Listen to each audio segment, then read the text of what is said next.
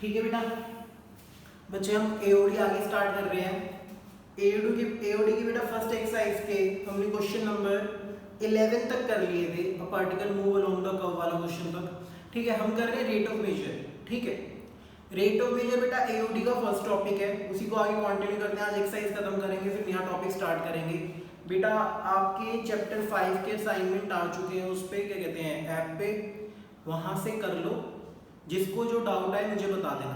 ठीक है जी, आगे देखो बेटा जरा। हाँ जी 6.1 चल रही है बेटा ये क्वेश्चन नंबर है बेटा 12। Question number 12 is the radius of an air bubble is increasing at the rate of 1/2 centimetre पर सेकेंड। किसी एयर बबल का जो रेडियस है वो इंक्रीज कर रहा है 1/2 सेंटीमीटर पर सेकेंड से। पर सेकेंड का मतलब dr/dt, change in radius with respect to time is 1/2 centimetre पर सेकेंड। आगे क्या बोला, at what rate is the volume of the bubble is increasing. आपको निकालना है dv/dt व्हेन रेडियस इज 1, जब रेडियस की वैल्यू क्या हो 1। तो पहले तो आप निकालोगे dv/dt, फिर उसमें r की जगह क्या पुट करोगे बेटा 1। एयर बबल तो हमेशा स्फेरिकल होता है, तो बेटा वॉल्यूम ऑफ अ बबल क्या होगा, वॉल्यूम ऑफ एयर बबल होगा बच्चे 4/3 पाई आर क्यूब, जो कि स्फेयर का होता है। तो this is volume is equal to 4/3 pi r cube. तो बेटा dv/dt 4/3 pi r, that is r cube का डेरिवेटिव क्या होगा 3r² dr/dt। 3 से 3 कट गया, ये कितना आ गया 4πr² dr/dt is equal to dv/dt। अब बेटा dr/dt आपको पता है हाफ है, तो बच्चे dv/dt is equal to 4πr², dr/dt कितना है हाफ, 2 to the 4। तो बच्चे dv/dt आ गया 2πr²। हमें निकालना था dv/dt when r is equal to 1। तो बेटा dv/dt when r is equal to 1, तो dv/dt में r की जगह 1 पुट कर दो, 2π × 1 का स्क्वायर। तो बच्चे कितना हो गया 2π। ठीक है जी, ये था बेटा आपका क्वेश्चन नंबर 12। आगे देखो बेटा जरा, अ balloon which always remains spherical has a variable diameter। फिर से बच्चे क्वेश्चन नंबर 13 देखो जरा।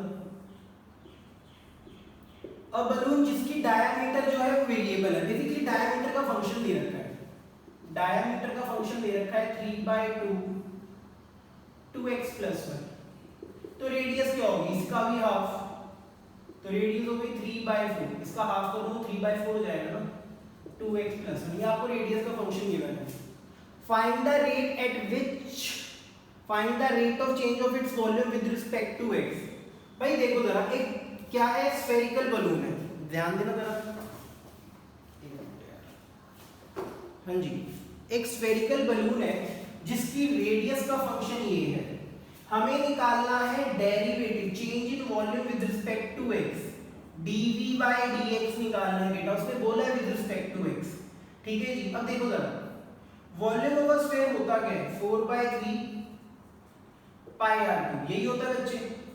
तो volume is equal to 4/3 pi, radius क्या है 3/4 का क्यूब और 2x + 1 का होल क्यूब। ठीक है जी, तो बेटा वॉल्यूम क्या होगी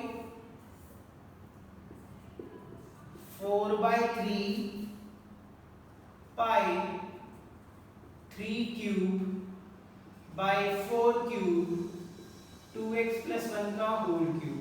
ये कटा स्क्वायर हो गया, ये कटा स्क्वायर हो गया, तो ये हो गया 3 का स्क्वायर 9, 4 का स्क्वायर 16 पाई 2x + 1 का होल क्यूब। डेरिवेटिव ले लो dv/dx 9/16 पाई है, लेकिन इसका डेरिवेटिव क्या होगा, पावर आगे पावर में एक माइनस, फिर अंदर वाले का डेरिवेटिव 2x का डेरिवेटिव क्या होगा 2, तो +1 का क्या होगा 0, बोलने की जरूरत नहीं है। 2 अंदर 2, 2 8 द 16, तो ये हो गया 9 3 the 27 bye 8 pi 2 2x plus 1 का होल स्क्वायर। तो ये आ गया change in volume with respect to x, change in volume with respect to x। बेटा इतना नोट डाउन कर लो पहले, ठीक है जी। देखो साइड में थोड़ी और जगह में एक और क्वेश्चन कराया तो फिर एक साथ नोट डाउन कर लेना। क्वेश्चन नंबर 14,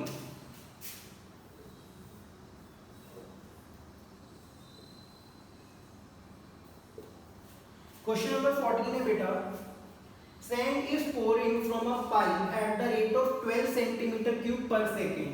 बेटा अगर किसी पाइप से नीचे सैंड गिर रही है, किस रेट से गिर रही है? 12 सेंटीमीटर क्यूब पर सेकेंड। आपने देखा होगा जब भी रेत गिरती है ना एक कोन बना लेती है, ठीक है, कोन की शेप में आ जाती है, ऐसे ही इकट्ठा होता है, ठीक है। मैंने बोला जो रेत आ रही है वो आ रही है किस स्पीड से? 12 सेंटीमीटर क्यूब पर सेकंड से, मतलब इसकी वॉल्यूम इंक्रीज हो रही है। रेत आके क्या कर रही है? वॉल्यूम ही तो बढ़ा रही है। तो आपको dv/dt दे रखा है 12 सेंटीमीटर क्यूब पर सेकंड। आगे क्या बोला बेटा उसने? The falling sand forms a cone on the ground in such a way that the height of the cone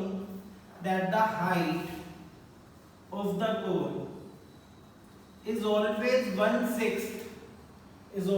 1/6 of the radius of the base of radius.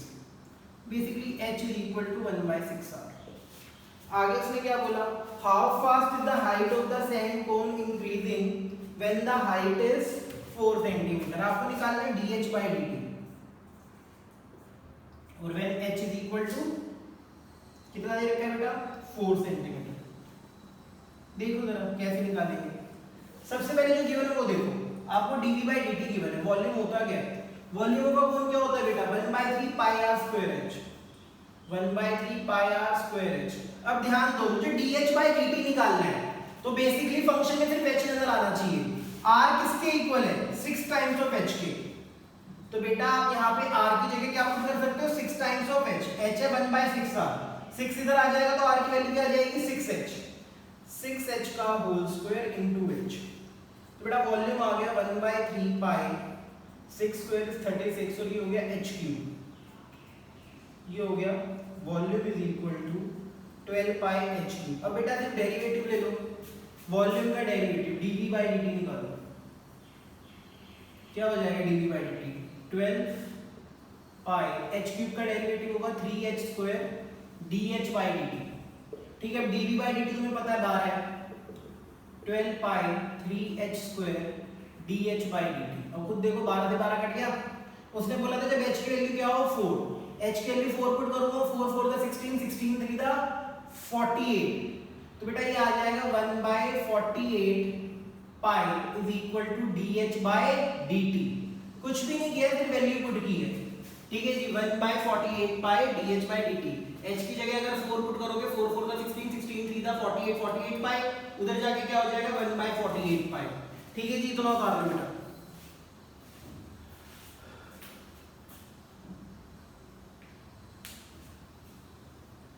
फिर आगे कराता हूँ। अच्छा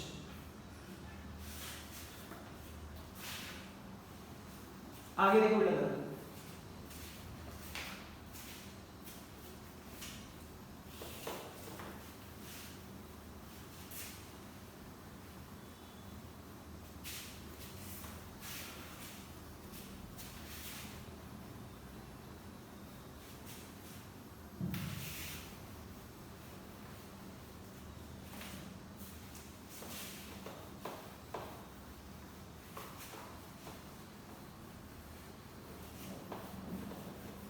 देखो नीचे आ गया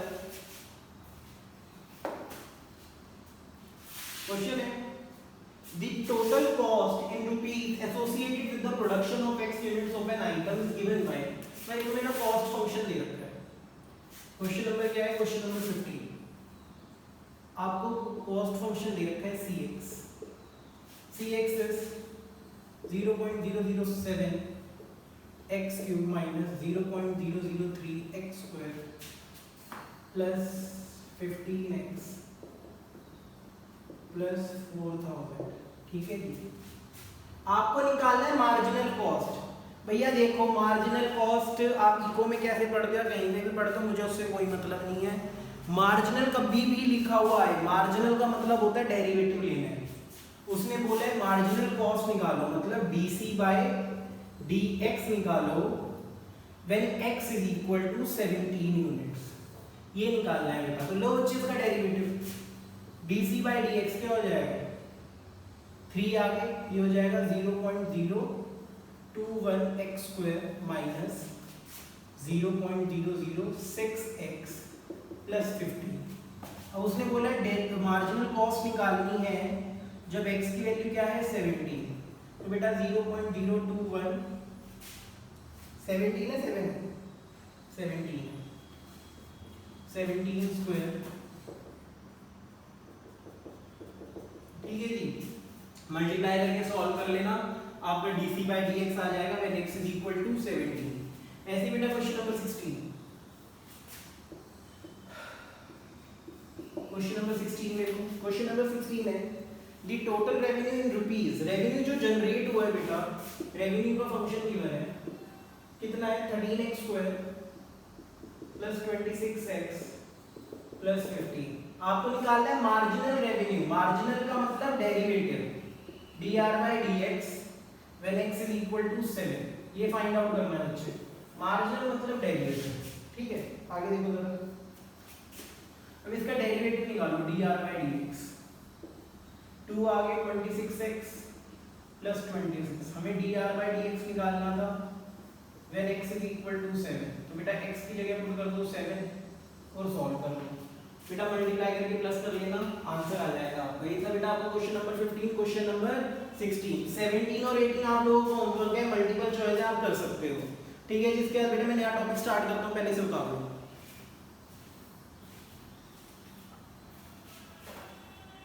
हाँ जी, नेक्स्ट टॉपिक है इंक्रीजिंग डिक्रीजिंग। नेक्स्ट टॉपिक है इंक्रीजिंग डिक्रीजिंग, ध्यान से देखना बेटा।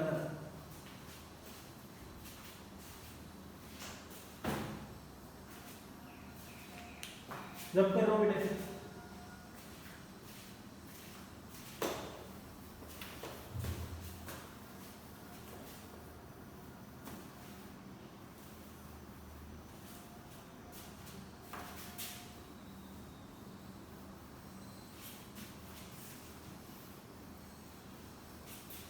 ठीक है जी। बेटा इंक्रीजिंग डिक्रीजिंग समझ लो होता क्या कि कोई फंक्शन इंक्रीजिंग फंक्शन कैसे होता है, कोई फंक्शन डिक्रीजिंग फंक्शन कैसे होता है, ध्यान से देखना बेटा जरा। अब बच्चे कोई फंक्शन इंक्रीजिंग कैसे है डिक्रीजिंग कैसे है, मान लो मेरी एक कंपनी है, ठीक है, और मेरा एक प्रॉफिट फंक्शन है जो डिपेंड करता है कि कितनी यूनिट प्रोड्यूस होती है। कई बार ऐसा होता है कि मैं ज़्यादा यूनिट प्रोड्यूस करता हूँ तो ज़्यादा प्रॉफिट होता है, और ज़्यादा यूनिट प्रोड्यूस करता हूँ तो ज़्यादा प्रॉफिट होता है। पर कभी कभी ऐसे होता है कि मेरा बिजनेस लॉस में चल रहा है, अगर मैं और ज़्यादा यूनिट प्रोड्यूस करूँगा तो मेरे को प्रॉफिट नहीं होगा, लॉस होगा, ठीक है। जिसका मतलब क्या है, देखो जरा, मैंने बोला मेरा एक फंक्शन है, फंक्शन ऑफ एक्स है, ठीक है, फंक्शन ऑफ एक्स है एफ एक्स, ठीक है जी, y is equal to f x होता है मतलब, ठीक है। अब ये फंक्शन ऑफ एक्स है, ठीक है, दो वैल्यूज हैं, एक है x1 और एक है x2। अगर x1 बड़ा है x2 से, अगर x1 बड़ा है x2 से, कहने का मतलब अगर मैं x की जगह fx1 कर दूं और x2 की जगह fx2 कर दूं, और अगर ऐसा हो जाए तो इसे बोलते हैं increasing function.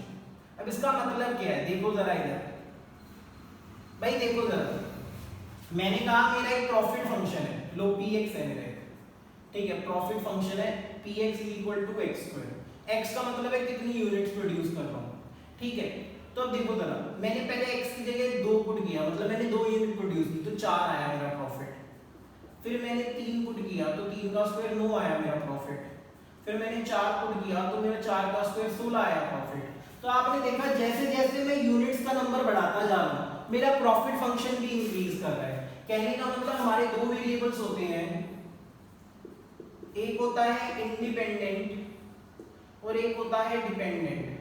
y is dependent function, किस पे डिपेंडेंट होता है, x पे। तो अगर मैं x को इंक्रीज करूंगा, अगर मैं x की वैल्यूज को इंक्रीज करूंगा और उसकी वजह से मेरा फंक्शन की वैल्यू भी इंक्रीज हो जाती है, जो मेरा प्रॉफिट है वो भी इंक्रीज हो जाता है, तो उसे बोलते हैं इंक्रीजिंग फंक्शन, उसे बोलते हैं इंक्रीजिंग फंक्शन। ठीक है जी, मतलब अगर इंडिपेंडेंट वेरिएबल की वैल्यू बढ़ा रहा हूं उसकी वजह से डिपेंडेंट की भी बढ़ रही है तो उसे बोलेंगे इंक्रीजिंग फंक्शन। पर अगर उल्टा हो जाता, अगर फंक्शन ऐसे हो जाता, मान लो ऐसे है fx is equal to 1 by x, 1 put किया तो 1 आया आंसर, 2 पुट किया तो 1 by 2, 3 पुट किया तो 1 by 3। तो आपने देखा जैसे जैसे आप x इंक्रीज कर रहे हो y की वैल्यू कम होती जा रही है, y डिक्रीज होता जा रहा है, मतलब इंडिपेंडेंट वेरिएबल की वैल्यू बढ़ाने से आपका y फंक्शन कम होता जा रहा है। तो ये कैसा फंक्शन है? Decreasing function, decreasing function. x की वैल्यू बढ़ाने से अगर y की वैल्यू कम हो जाती है तो वो डिक्रीजिंग फंक्शन होता है, पर अगर x की वैल्यू बढ़ा रहा हूं और y की वैल्यू भी बढ़ रही है तो उसे बोलते हैं इंक्रीजिंग फंक्शन। ठीक है जी, यही मतलब था कि अगर एक वैल्यू दूसरी से बढ़ी है, अगर इंडिपेंडेंट वेरिएबल ये x1 बढ़ा है x2 से और फंक्शन में पुट करने के बाद भी रिजल्ट आ रहा है कि अगर इंडिपेंडेंट बढ़ा है तो डिपेंडेंट भी बढ़ा होगा, x1 की वैल्यू बढ़ाने से y की वैल्यू भी बढ़ रही है तो इंक्रीजिंग होता है। इसी के अगेंस्ट अगर x1 बड़ा है x2 से पर फंक्शन में डालने के बाद उल्टा हो जाता है हिसाब किताब कि भाई छोटी वैल्यू पुट करने पे बड़ा आंसर आ रहा है, तो इसे बोलते हैं डिक्रीजिंग फंक्शन। क्या बोलते हैं? Decreasing function. तो ध्यान रखना अगर x की वैल्यू इंक्रीज करने से y भी इंक्रीज करे तो वो इंक्रीजिंग फंक्शन होता है, और अगर x की वैल्यू इंक्रीज करने से y डिक्रीज करे तो वो डिक्रीजिंग फंक्शन होता है। इसको ग्राफिकली भी दिखा सकते हैं। मान लो अगर मैं x को इंक्रीज करता जा रहा हूं उसकी वजह से y भी इंक्रीज होता जा रहा है, हो रहा है ना, बढ़ती जा रही है वैल्यू। ठीक है, तो इसे बोलते हैं इंक्रीजिंग फंक्शन। ठीक है, बट अगर ऐसे होता जैसे जैसे मैं x की वैल्यू बढ़ाता जा रहा हूं y की वैल्यू नीचे आती जा रही है तो इसे बोलते हैं डिक्रीजिंग फंक्शन, डिक्रीजिंग फंक्शन। ठीक है जी बेटा, ये ना पता होना चाहिए कि इंक्रीजिंग फंक्शन क्या होता है, डिक्रीजिंग फंक्शन क्या होता है, ग्राफिकली भी पता होना चाहिए और अलजेब्रिकली भी पता होना चाहिए। इतना नोट डाउन कर लो, फिर समझाता हूं कैसे निकालते हैं। ओके जी, रब कर रहा हूं बेटा, ध्यान से देखना जरा।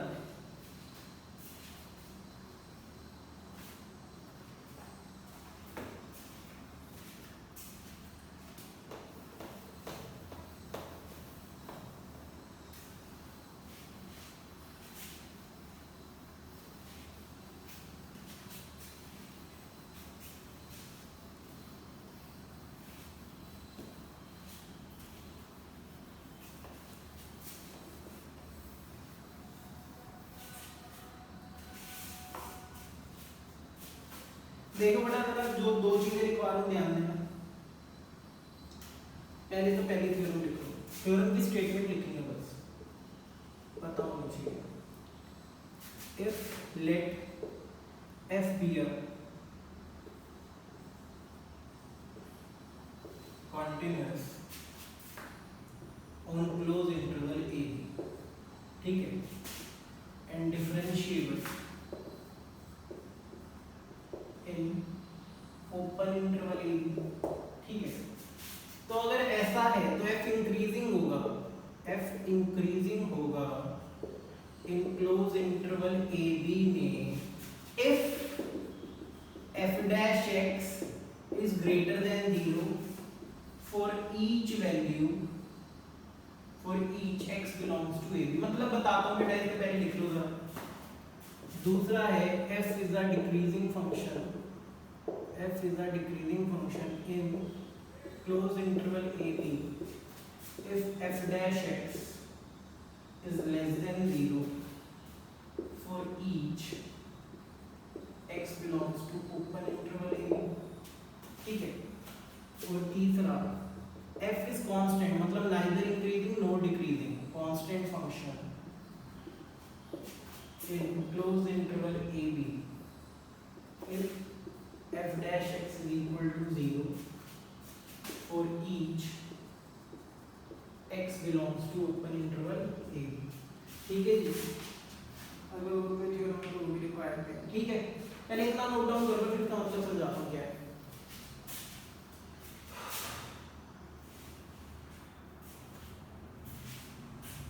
हाँ जी, देखो बेटा जरा, मैंने कहा पहली लाइन का कोई मतलब नहीं है, जब भी आपको इंक्रीजिंग डिक्रीजिंग पूछेगा तो कॉन्टिन्यूअस तो होगा ही, डिफरेंशिएबल भी होगा ही, ठीक है। मैंने बोला कोई भी फंक्शन इंक्रीजिंग होगा किसी क्लोज इंटरवल ए बी में, अगर उसका डेरिवेटिव पॉजिटिव रहता है उस इंटरवल के अंदर। क्या मतलब है देखो जरा, मैंने एक फंक्शन लिया sin x और कोई मुझसे पूछता है find whether the function is increasing or decreasing in open interval 0 से पाई बाय 2, ओपन इंटरवल 0 से पाई बाय 2। बस मैं इसी फंक्शन पे जाऊंगा, मैं इसका डेरिवेटिव निकालता हूँ f डैश x, वो क्या आ गया cos x, ठीक है। अब तो मुझे खुद बताओ, क्या पहले 0 से पाई बाय 2 के बीच में cos x पॉजिटिव होता है? भाई पहले क्वाड्रेंट में तो सारे पॉजिटिव होते हैं, तो cos x भी पॉजिटिव होगा। तो f dash x which is cos x is greater than 0 in open interval 0 से पाई बाय 2 implies हमारा जो फंक्शन है sin x वो इंक्रीजिंग है ओपन इंटरवल 0 से पाई बाय 2 के बीच में। तो बेटा ऐसे ही निकालते हैं कि ओपन इंटरवल 0 से पाई बाय 2 के बीच में ये क्या होगा, इंक्रीजिंग। अब मान लो जरा, अगर मेरा फंक्शन होता है ऐसे x to the power -2 in open interval 1 से, ऐसे लगा, ठीक है। मैंने f डैश x निकाला, f डैश x आएगा -2 upon x cube, -2 upon x cube, ठीक है। अब तुम खुद बताओ, -2 अपॉन x क्यूब तो नेगेटिव ही होने वाला है क्योंकि बाहर नेगेटिव है इन ओपन इंटरवल 1 2 में। तो ये कैसा फंक्शन है हमारा, x की power -2 is decreasing function, neither increasing nor, मतलब इंक्रीजिंग नहीं है, इट्स डिक्रीजिंग फंक्शन, ठीक है। जब कांस्टेंट फंक्शन क्या होता है, मान लो मैंने ऐसे ले लिया fx is equal to 5x और मैंने निकाल इन ओपन इंटरवल 1 से 10 ले लो, कुछ भी ले लो, क्या फर्क पड़ता है। f डैश x 5 ले लो, चलो f डैश x कितना आएगा, मैंने fx लिया 5, f डैश x कितना आ गया 0।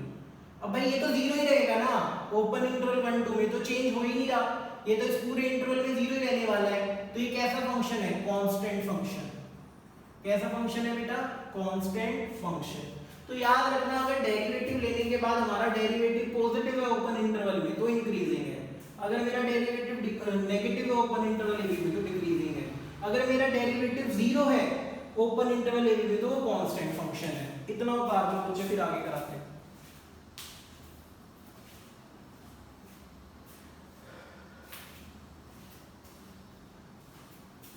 जब कर रहा हूं बेटा इसे,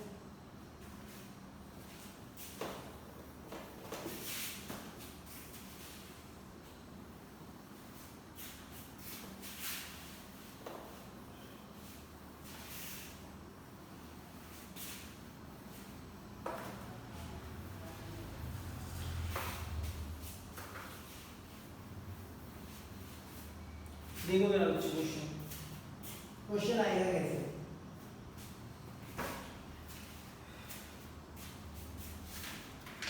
एग्जाम्पल 8,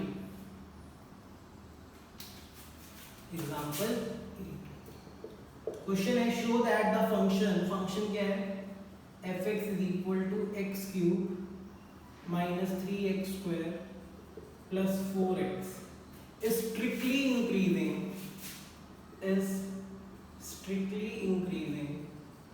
देखो strictly increasing, decrease, strictly increasing और increasing और strictly decreasing और decreasing में क्या फर्क होता है बाद में बताऊंगा इन ठीक है। मुझे बताना है कि रियल नंबर में ये हमेशा क्या होता है, स्ट्रिक्टली इंक्रीजिंग होता है। पहले डेरिवेटिव निकाल लेता हूँ f डैश x, ये आ गया 3x square minus 6x plus 4, क्या आ गया बेटा 3x square minus 6x plus 4। अब तो मुझे पता ही नहीं चल रहा है ये पॉजिटिव है कि नेगेटिव है, पता चल रहा है आपको, नहीं पता चल रहा ना देख के कि भैया x की क्या वैल्यू डालने पे हमेशा पॉजिटिव रहेगा या नहीं रहेगा, ठीक है। जब ऐसे नहीं हो रहा तो कोशिश करो बेटा जब भी क्वाड्रेटिक बनती है उसमें कंप्लीटिंग द स्क्वायर करने की कोशिश करो, कंप्लीटिंग द स्क्वायर करने की कोशिश करो। कैसे देखो जरा भाई, मैं क्या करता हूँ, कंप्लीटिंग द स्क्वायर ना भी करो, कोशिश करो तो कहीं स्क्वायर बन जाए। अगर मैं इसको ऐसे लिख दूं 3x square minus 6x plus 3 plus 1, ठीक है, मैंने क्या किया 4 को ब्रेक कर लिया ऐसे, प्लस 3 प्लस 1। अब इसको करेंगे बेटा क्वाड्रेटिक से, splitting the middle term, 3x square minus 3x plus 3 plus 1। देखो मल्टीप्लाई करें तो प्लस का 9, प्लस माइनस करें तो माइनस 6। इन दोनों में क्या कॉमन आ रहा है 3x, x माइनस 1, इन दोनों में माइनस 3 x माइनस 1, ठीक है जी, प्लस 1, ठीक है जी। इतनी बात समझ आई है? तो बेटा ये हो गया 3x minus 3 x minus 1 plus 1, 3 common ले लो, x minus 1 into x minus 1 plus 1, तो ये हो गया x माइनस 1 का होल स्क्वायर प्लस 1। अब तुम्हें पता ही है ये तो हमेशा पॉजिटिव रहता है, स्क्वायर है ना, और ये भी पॉजिटिव है, तो हमें पता चल गया हमारा f डैश x पॉजिटिव है और r implies function is increasing on r। अब बेटा देखो जरा, अब जो तुम्हें ये दिखा कि 4 को मैंने ब्रेक कर लिया 3 प्लस 1 में और फिर ऐसे ही किया है, अब हमेशा थोड़ी सोच सकते हैं ऐसा। अब ये तो चलो ठीक है बुक में लिखा हुआ था, हमें पता चल गया ऐसे कर लिया ब्रेक, वरना हम कैसे करते भाई? देखो अगर मैं ऐसे नहीं कर पाता, एक तरीका तो ये जो मैंने आपको भी थ्योरम लिखवाई थी कि भैया डेरिवेटिव निकालो, डेरिवेटिव देखो पॉजिटिव आ रहा है कि नेगेटिव आ रहा है, पॉजिटिव आ रहा है तो इंक्रीजिंग है, नेगेटिव आ रहा है तो डिक्रीजिंग है। पर बार बार ऐसे नहीं कर सकते, हर बार ऐसे नहीं हो कि सॉल्व भी हो जाएगा, तो कैसे करेंगे वो भी समझाता हूं बेटा, पहले इसको था, ठीक है जी।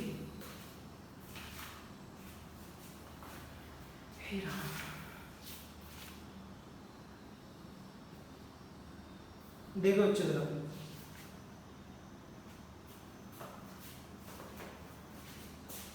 किसी चीज को करने का बेटा का एक और तरीका है, क्या तरीका है देखो जरा भाई, मान लो मेरे से ऐसे नहीं हो रहा, मेरे से ऐसे नहीं हो रहा, तो मैं क्या करूं, ट्राई करके देख रहा हूं, अगर ये चेंज हो जाएगा तो देख लेते हैं। f डैश x कितना आया, पहला स्टेप यही होता है बेटा, f डैश x निकालना, 3x square minus 6x plus 4। क्या करते हैं बच्चे, अगले स्टेप में हम f डैश x को 0 पुट कर देते हैं, f डैश x को 0 पुट कर देते हैं, तो ये हो गया 3x square minus 6x plus 4 is equal to 0, ठीक है जी। अब कोशिश करते हैं कि सॉल्व हो जाए, x की कोई वैल्यू आ जाए, 4 3 12, नहीं हो रहा, स्प्लिट नहीं हो रहा, ठीक है बेटा। अब मुझे x की वैल्यू तो निकालनी है, मैं क्या करता हूँ पूरी इक्वेशन को 3 से डिवाइड कर देता हूँ, x square minus 2x plus 4/3। Completing the square करूँ बेटा मैं यहाँ पे, x के कोफिशिएंट का हाफ करके एक बार स्क्वायर ऐड करो और एक बार स्क्वायर माइनस करो, यही सीखा था ना 10th क्लास में, x के कोफिशिएंट का हाफ करके, हाफ किया तो 1, एक बार 1 का स्क्वायर ऐड किया और एक बार 1 का स्क्वायर माइनस किया, तो x स्क्वायर पहली दूसरी और तीसरी टर्म को ब्रैकेट में लिखो, x square minus 2x plus 1 plus 4/3 minus 1 is equal to 0। तो बेटा ये क्या बन रहा है, ये बन रहा है x माइनस 1 का होल स्क्वायर और ये हो गया 4 माइनस 3/3 इज इक्वल टू 1, तो ये हो गया x माइनस 1 का whole square 1/3 is equal to 0, ठीक है जी। अब बेटा अगर आप ऐसे करना चाहते हो तो आप ऐसे भी कर सकते हो, जैसे इसको आपको f डैश x को 0 मत पुट करो, आपका जो f डैश x आया ना उसमें आपने क्या किया, पूरी इक्वेशन में से पहले 3 कॉमन ले लिया, ठीक है जी, बाहर 3 कॉमन ले लिया, ठीक है। अब अंदर कंप्लीटिंग द स्क्वायर से सॉल्व कर लिया, ठीक है। अब करो मल्टीप्लाई, 3 को x माइनस 1 से करेंगे, x माइनस 1 का स्क्वायर, 3 को 1/3 से करेंगे, क्या आ जाएगा 1, तो देखो सेम चीज आ रही है ना, 3x माइनस 1 का whole square plus 1, 3x minus 1 का होल स्क्वायर प्लस 1, कुछ नहीं किया, जो डेरिवेटिव आया था कंप्लीटिंग द स्क्वायर लगाया है, x स्क्वायर का कोफिशिएंट 1 होना चाहिए हमेशा, x स्क्वायर का कोफिशिएंट अगर हमेशा 1 होना चाहिए तो मैंने 3 कॉमन ले लिया, 3 कॉमन ले लिया तो अंदर बचा x square minus 2x plus 4/3, इतना आया। फिर कंप्लीटिंग द स्क्वायर मेथड कहता है कि x के कोफिशिएंट का हाफ करके एक बार स्क्वायर ऐड करो, एक बार स्क्वायर माइनस करो, तो x का कोफिशिएंट था 2, 2 का मैंने हाफ किया, तो ये हो गया 1 का स्क्वायर एक बार ऐड किया, एक बार माइनस किया। याद रखना पहली दूसरी और चौथी टर्म को ब्रैकेट में लिखना है, फर्स्ट सेकंड और फोर्थ लिखा। ये किसका फॉर्मूला है, a square plus b square minus 2ab, मतलब x माइनस 1 का होल स्क्वायर, बाहर क्या रह गया 4/3 माइनस 1 मतलब 1/3, इसको डालो बेटा 0 नहीं है, ठीक है, वो नेक्स्ट स्टेप में करेंगे, अगली मेथड है। ठीक है, तो बेटा इस चीज को डेरिवेटिव को यहाँ तक लाने के दो तरीके, एक तो तुमने याद किया कि 4 को क्या लिख दिया 3+1, फिर सॉल्व कर लिया, अदरवाइज 3 कॉमन लो, ये फिर कंप्लीटिंग द स्क्वायर मेथड से करो तो भी सेम ही आएगा। यहाँ पे भी ये क्या आ रहा है, पॉजिटिव आ रहा है। ठीक है जी, ऐसे सही लगता है ऐसे कर लो, ऐसे सही लगता है ऐसे कर लो। ठीक है जी, दोनों से सेम आएगा और लास्ट में लिखना है f' इज ग्रेटर देन 0 और fx is increasing on r, fx is increasing on r। ठीक है, दोनों तरीके ठीक है बेटा, लेफ्ट वाले से करोगे वो भी ठीक है, राइट वाले से करोगे वो भी ठीक है। ठीक है, पर लेफ्ट वाला ना जनरलाइज नहीं है, राइट वाला जनरलाइज है, वो हमेशा हर क्वेश्चन में ऐसा कर सकते हो। ठीक है, इसको रब कर रहा हूं बेटा, बेटा 0 नहीं पुट करना, वो दूसरे अगले स्टेप में है, मतलब दूसरा मेथड है, उसमें मैं अलग से बताऊंगा, इसमें नहीं कर रहा हूँ, इसमें सिर्फ ऐसे ही करना है।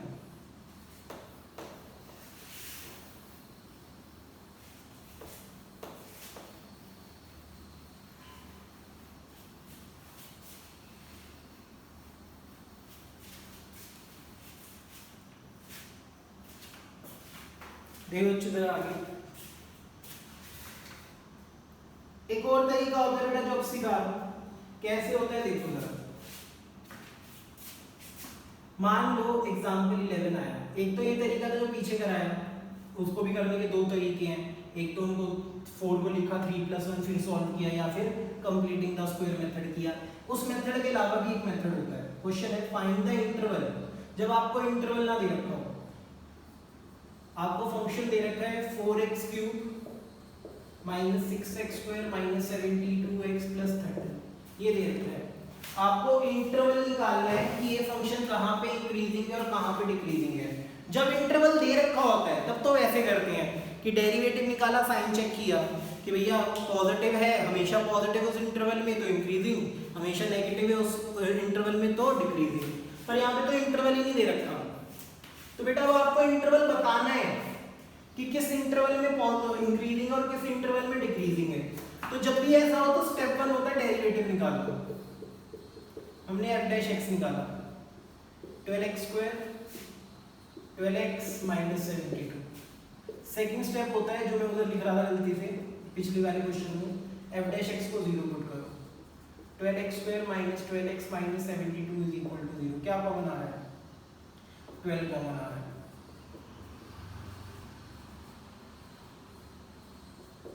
12 उधर जाके 0, तो x² - x - x = 0। Splitting the middle term से होगा, माइनस का 3x प्लस का 2x,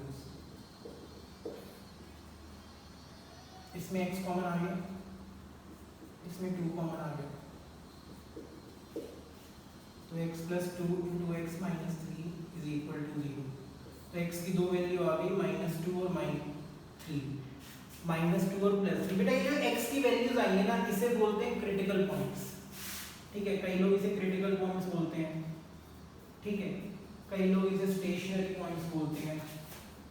ठीक है जी, मर्जी आ रही है आपकी, कुछ भी बोल दो, या कई लोग इसे ना टर्निंग पॉइंट्स भी बोलते हैं, टीपी लिख रहा हूं मैं, टर्निंग पॉइंट्स।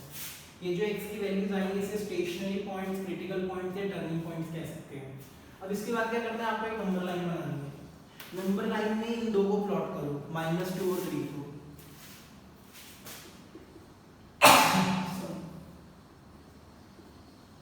ठीक है जी, -2 और 3 बना दिया बेटा।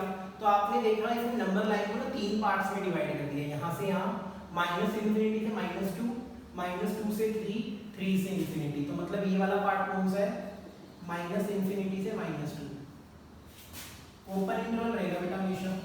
ये वाला पार्ट कौन सा है, -2 से 3, और ये वाला पार्ट कौन सा है, 3 से इंफिनिटी। ठीक है जी, अब हमें चेक करना है कि हमारा फंक्शन कहाँ पे इंक्रीजिंग है कहाँ पे डिक्रीजिंग है। बहुत आसान है, -2 से कोई छोटी वैल्यू बोलो, -2 से छोटी वैल्यू है -3, कोई भी पुट कर लो, -2 से छोटी कोई भी वैल्यू पुट कर लो जो आपका मन करे। ठीक है जी, तो बेटा मैं पुट कर रहा हूँ -3। तो डेरिवेटिव में जो आपका डेरिवेटिव आया था उसमें -3 पुट करके देखो बेटा।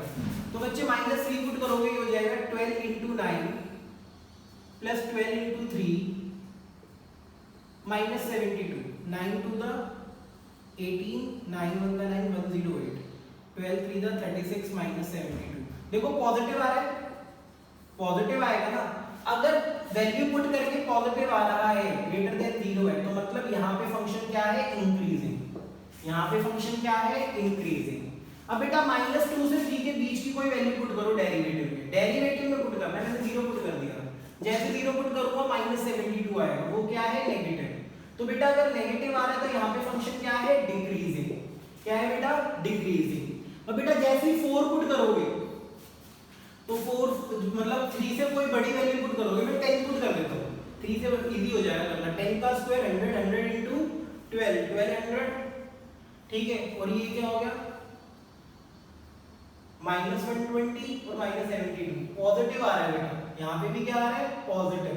अगर f'(4) ग्रेटर देन या f'10 ग्रेटर देन 0 आ रहा है, मतलब यहाँ पे मेरा फंक्शन क्या है, इंक्रीजिंग। तो बेटा कुछ नहीं करते, पहला स्टेप होता है डेरिवेटिव निकालना, फिर डेरिवेटिव को 0 पुट करो तो x की वैल्यूज आएंगी, जिसे हम बोलते हैं क्रिटिकल पॉइंट, स्टेशनरी पॉइंट या टर्निंग पॉइंट। नंबर लाइन पे ड्रॉ करो, एक बार -2 से छोटी वैल्यू पुट करनी है डेरिवेटिव में, अगर पॉजिटिव आया तो इंक्रीजिंग, अगर नेगेटिव आता तो डिक्रीजिंग हो जाता। फिर -2 से 3 के बीच की वैल्यू कोई पुट करो, 0 पुट किया तो पॉजिटिव आ रहा है, नहीं 0 पुट किया तो नेगेटिव आ रहा है, नेगेटिव आ रहा है तो डिक्रीजिंग। फिर 3 से कोई बड़ी वैल्यू पुट करो, अगर वो पुट करके पॉजिटिव आ रहा है तो इंक्रीजिंग। तो मुझे पता चल गया -∞ से -2 में है डिक्रीजिंग, -2 से 3 में क्या, नहीं सॉरी, इसमें है इंक्रीजिंग, बढ़ रहा है ना पॉजिटिव में। और -2 से 3 में क्या है, डिक्रीजिंग, और 3 से इंफिनिटी में क्या है, इंक्रीजिंग।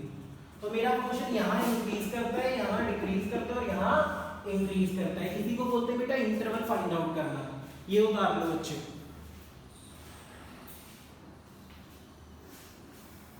फिर आगे कराता हूँ।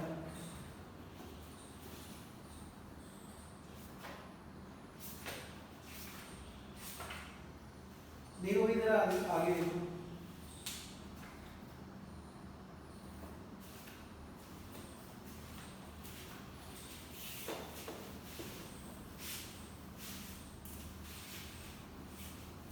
तो अब आपने कितने मेथड सीख लिए, 2 ही मेथड सीखे हैं भाई। जब इंटरवल दे रखा हो तो डेरिवेटिव निकालो, अगर पॉजिटिव आता है तो इंक्रीजिंग, नेगेटिव आता है तो डिक्रीजिंग। पर जब इंटरवल ना दे रखा हो तो सबसे पहले फर्स्ट डेरिवेटिव निकालो, उसको 0 पुट करो, x की वैल्यूज आएंगी स्टेशनरी या क्रिटिकल पॉइंट्स, नंबर लाइन बनाओ और उनका एक एक पॉइंट पुट करके देखो।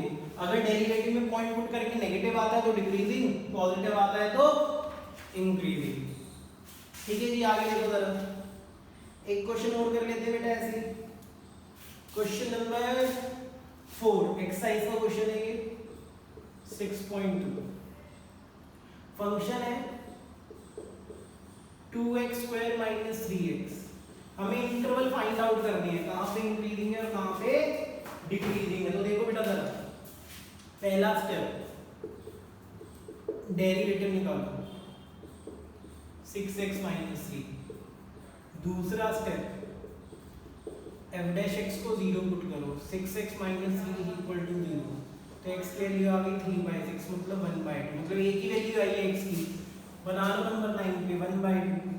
तो दो पार्ट्स में डिवाइड हो गया, एक हो गया -∞ से 1/2 और एक हो गया 1/2 से इंफिनिटी।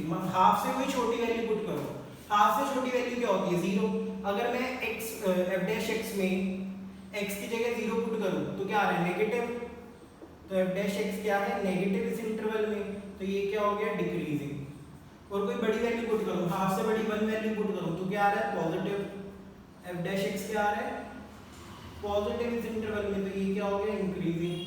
तो मुझे पता चल गया -∞ से हाफ है डिक्रीजिंग फंक्शन इस इंटरवल में, और हाफ से इंफिनिटी में है इंक्रीजिंग फंक्शन। ठीक है जी, इतनी बात होगी बेटा। ये था क्वेश्चन नंबर 4। एक और कर लेते हैं बेटा इसी के जैसा, क्वेश्चन नंबर 5। चलिए वो आगे फिर रख करके ही काम।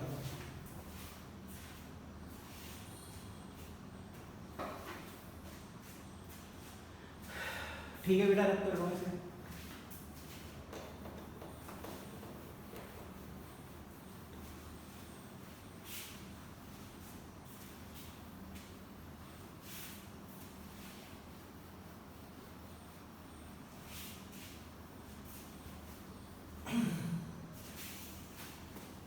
which question है question number 5 find the interval in which the function strictly increasing or decreasing तो fx दे रखा है बेटा आपको 2x cube minus 3x square minus 36x plus 7 वैसे ही करेंगे बच्चे जैसे सीख रहे थे अभी फर्स्ट डेरिवेटिव निकालो f डैश x ये हो गया 6x square minus 6x minus 36 फिर f डैश x को क्या पुट करेंगे 0 तो बच्चे हमने 6x square minus 6x minus 36 को क्या पुट किया 0 6 कॉमन आ गया x square minus x minus 6 is equal to 0 तो x square minus x minus 6 is equal to 0 तो x square minus 3x plus 2x minus 6 is equal to 0 splitting the middle term x minus 3 plus 2x minus 3 ठीक है जी तो ये आ गया x plus 2 x minus 3 तो x की दो वैल्यूज आ गई माइनस 2 और 3 तो बेटा ब्रेक कर लो इस फंक्शन को दो पार्ट्स में माइनस 2 और 3 में ठीक है ऐसे में क्वेश्चन हुआ ना इससे पहले भी ऐसे ही था वो ठीक है जी माइनस 2 से कोई छोटी वैल्यू पुट करो जैसे मैंने माइनस 10 पुट किया ये हो गया माइनस 10 को 600 तो ये आ रहा है पॉजिटिव f डैश x आ रहा है पॉजिटिव तो यहाँ पे इंक्रीजिंग है माइनस 2 से 3 के बीच में 0 पुट करूँगा तो वो आ रहा है नेगेटिव तो ये हो गया डिक्रीजिंग ठीक है 3 से कोई बड़ी वैल्यू 10 पुट करूँगा तो भी आ रहा है पॉजिटिव कोई भी वैल्यू पुट कर सकते हो 3 से बड़ी कोई भी बस आपको साइन चेक करने की पॉजिटिव है कि इंक्रीजिंग है पॉजिटिव है कि नेगेटिव है माइनस इंफिनिटी से माइनस ऑफ डिक्रीजिंग ठीक है माइनस 2 से 3 सॉरी माइनस इंफिनिटी से हाफ इंक्रीजिंग माइनस 2 से 3 डिक्रीजिंग ठीक है और बेटा 3 से लेके इंफिनिटी तक इंक्रीजिंग ठीक है जी ये दोनों का आपका अच्छा ठीक है बेटा बेटा दो क्वेश्चन लिख के दिखा रहा हूँ ठीक है दो क्वेश्चन लिख के दिखा रहा हूँ आप बताओ कि कहाँ पे इंक्रीजिंग है और कहाँ पे डिक्रीजिंग है रब कर रहा हूँ उसे अब आप ही करोगे चैट में लिख देना answer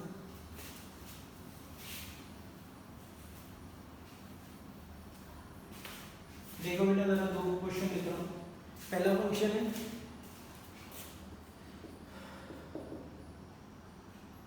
minus 2x cube minus 9x square minus 12x plus 1 equal to 0 दूसरा फंक्शन है x प्लस 1 का होल क्यूब x माइनस 3 का होल क्यूब ठीक है जी आपको बताना बेटा ये दोनों फंक्शन किस इंटरवल में इंक्रीजिंग है और किस इंटरवल में डिक्रीजिंग है हाँ जी बेटा जल्दी बताओ सारे वही करना है फर्स्ट डेरिवेटिव निकालो 0 पुट करो x की वैल्यू आएंगी फिर नंबर लाइन में बनाओ और चेक करो ठीक है जी जल्दी करो सारे आंसर लिखो तब आगे करेंगे बेटा अभी लिख के बताओ अभी सबके आंसर चेक हो जाएंगे ठीक है देखो कुछ नहीं करना मैं धीरे धीरे करा रहा हूं जब तक आपका हो जाना चाहिए सबसे पहले आप निकालो f डैश x हो गया minus 6x square minus 18x minus 12 और अगर इस वाले का f डैश x निकालोगे तो भाई तुम करो मैं तो थोड़ी सी हेल्प कर रहा हूं इन दोनों में प्रोडक्ट रूल लगेगा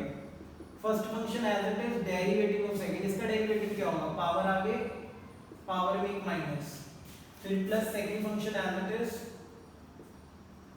derivative of first 3 times of x plus 1 का होल स्क्वायर ठीक है फर्स्ट स्टेप तो यही होता है दोनों का फर्स्ट डेरिवेटिव निकालना सेकंड स्टेप क्या होता है स्टेप 2 होता है f डैश x को 0 पुट करो तो minus 6x square minus 18x minus 12 को 0 पुट किया माइनस 6 कॉमन आ रहा है x square plus 3x plus 2 is equal to 0 minus 6 उधर जाके 0 तो x square plus 3x plus 2 is equal to 0 तो इसको स्प्लिटिंग द मिडिल टर्म से करेंगे 2x plus 1x plus 2 is equal to 0 तो x कॉमन लिया तो x प्लस 2 ठीक है तो ये आ गया x plus 1 into x plus 2 is equal to 0 तो यहाँ से x की वैल्यू आ गई -1 यहाँ से x की वैल्यू आ गई -2 नंबर लाइन में बना लो -1 और -2 सेम चीज़ यहाँ पे इसको 0 पुट करोगे f डैश x को दोनों में क्या कॉमन आ रहा है एक तो x माइनस 3 का स्क्वायर कॉमन आ रहा है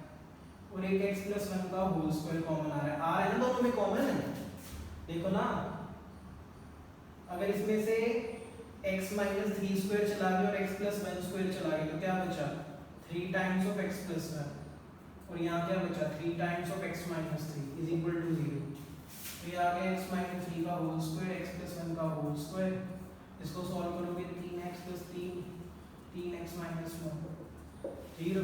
ठीक है, तो x माइनस 3 का होल स्क्वायर x प्लस 1 का होल स्क्वायर